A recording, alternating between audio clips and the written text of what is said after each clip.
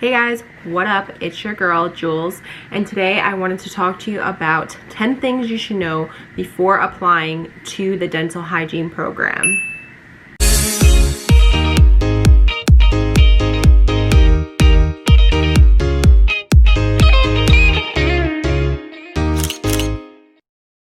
So before we start, I basically just wanted to let you guys know that I did not get into the dental hygiene program. I just wanted to share what I've been going through in applying to a dental hygiene program, because I think it will be really helpful to a lot of people who are really interested in the dental hygiene program, but they're not really sure like how to apply or what that really entails, at least the process to get into the program. So it is an accelerated program. Usually it's an associate's, you can get a bachelor's, and it is fast track, so that means that it's going to be a competitive program. So you do have to get into the program in order for you to start your degree. I don't know why, but my ears are so red. I don't know why. I think it's because I'm hot. It's a little hot in here, so don't mind me if my ears are like bright red. Holy okay. Alright, so I wanted to start with the first thing about the dental hygiene program, and that is that it is very competitive. The dental hygiene program is super competitive. It's probably one of the most competitive programs, like 2-year programs to get into. I did a lot of research, and it is definitely one of the hardest programs to get into. As far as the fast track programs, there's other programs like nursing. For some reason that isn't as hard to get into. I just think this is a field that people do want to get into because it's something where it's only 2 years of your life that you're putting in, like 2 to 3 years, and you're getting a great reward out of it. So meaning that you will, a dental hygienist, make a decent pay depending on what state you're in. But I'm in New York, and the average medium salary for a dental hygienist is $70,000. So for 2 years, well actually 3 years really with the prerequisites, but you make pretty decent money. So that's kind of the reason why I think it is so competitive. You'll usually have like 100 people to 120 people applying, and they're only going to accept 25. So just keep that in mind, that it might be really frustrating. I knew a girl that applied to the same dental hygiene program 4 years in a row and she didn't get in. I'm not saying that's going to be your case, but that could happen. So just make sure maybe you think about a backup program or a backup school that you want to apply to if you can. The second thing I want to talk about is that it is a lot of science classes. If science is not your thing, you might have a lot of trouble with this. You have to take a lot of science classes, and that actually brings me into my next one, which is the prerequisites. So when you are applying for the dental hygiene program, most likely, unless you're coming from high school and you've taken chemistry and biology and all those classes, you could get accepted into the program. Many people get accepted straight out of high school. But if you're like me, I'm 28 years old, and I am an older student, so I didn't have I didn't have chemistry even in high school. So I had to take the prerequisite class, especially chemistry is like a main one in dental hygiene dental hygiene program. Chemistry is huge, so it's usually across the board. No matter what school you go to, usually chemistry is a prerequisite. Some of the other ones that I have as well, it's microbiology, MP 1 and 2.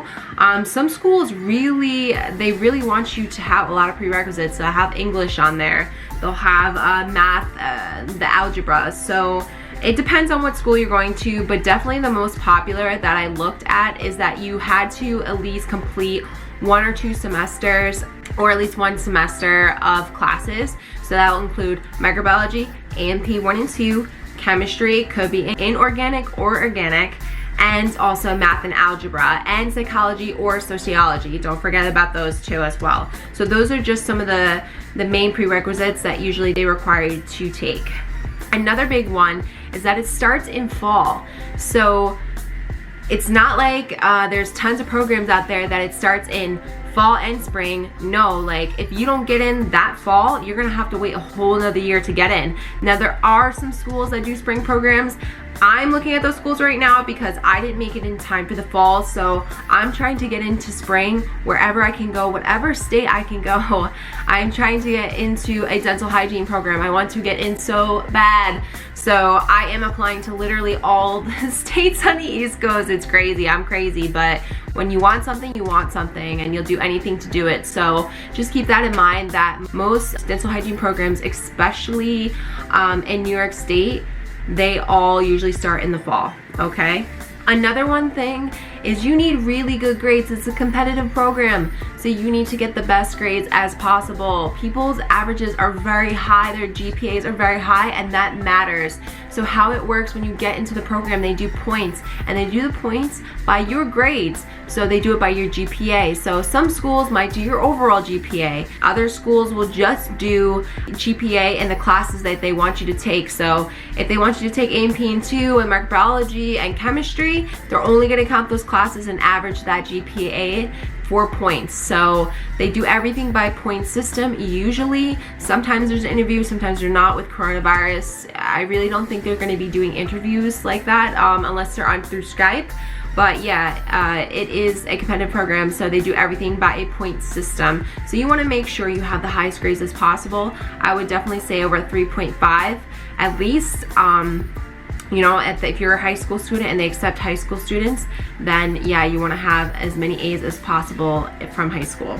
Another thing to remember is that you have to apply by a certain deadline. I mean, this kind of sounds like common sense, but most deadlines are usually, because if it starts in fall, they're usually in January, February, so the deadlines are quite far in advance. So sometimes you can't even finish your spring semester and use those classes towards the fall. No, you have to finish those classes by December. Otherwise, you're not gonna get into the program because you don't have the classes that you need. So just keep that in mind, that a lot of deadlines are in January, February, March, and April. There are some though that are in May, are in June, are in July. I tried to apply for a school in Florida, Jacksonville, actually in July. Unfortunately, I didn't get in and I was really crushed, but you know what? I tried my best and I did as many classes as I could, but it still wasn't enough. Usually when you do the dental hygiene program, a lot of them require, not all of them, guys, every school is gonna be different, but I just wanted to give you like some of the, because I looked into so many schools. I mean, so many. I told you I'm applying to every school like on the East Coast like that I can apply to. They usually require you to do some type of seminar. Now it's probably like maybe 30% of schools that will ask you, that I've looked at throughout the East Coast, but a lot of them require you to attend a seminar. Now with COVID, they might do the seminar online, and that's probably what's gonna happen because of everything that is going on. Another thing to keep in mind is if you are thinking about going to different schools, is that each school is gonna have their own requirements. So the school by me is Orange Community College, right? So Orange Community College, they require different classes than another school, right? So every school is different. There's no across the board like, oh, you know, every school needs you to take microbiology and A&P. No, another school might require you a lot more classes. Another school might only require you to take chemistry. So it just really depends on the school.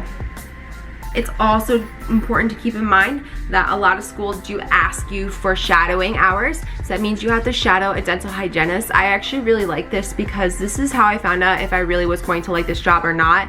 I shadowed a couple dental hygienists. I did private dentists. I did, what else I did? I did corporate dentists. So I actually spent a lot, like about 20 hours of my time, volunteer time, watching the dental hygienist. Then they do this because they want to make sure that you want to be in this field. These programs are hard, so you want to make sure that you know that you want to get into the program before you start applying and putting all that effort into it. All right, guys, last but least, we have that you might actually have to take an entrance exam to get in. So, I mean, when you apply to college, right, you usually take some type of entrance exam. You take the ACT, you take the SAT. Well, this one, it's probably going to be the HESI exam, or it's going to be the TEAS exam. So if you want to get into this program, sometimes they require you to take these entrance exams.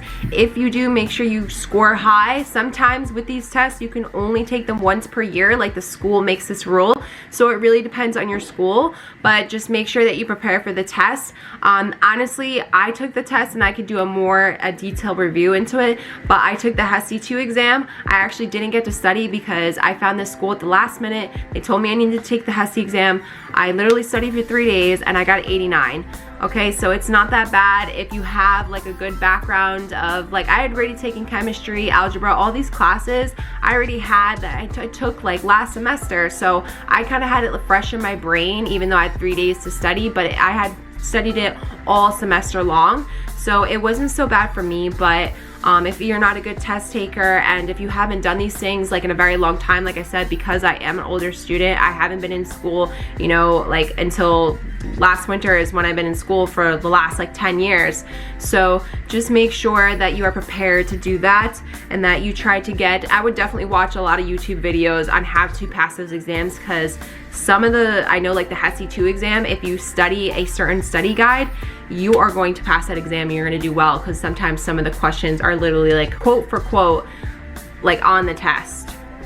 So yeah. Alright guys, so that's pretty much it for this video. I just wanted to share with you guys some things that you would want to know before applying to the dental hygiene program and kind of what it's like. Honestly, I understand it's such a frustrating experience because you really want to get into a program and it's really hard to get into this program. So I know the frustrations. If you guys have any questions, just comment below. But if anything, let me know if you guys also want me to do a extensive review of the HESI 2 exam, because then I will put some tips and tricks that you can do for the exam. But yeah, that's pretty much it. Please comment, subscribe to my channel, follow my social media handles. I have it down below. So I will see you guys in the next video.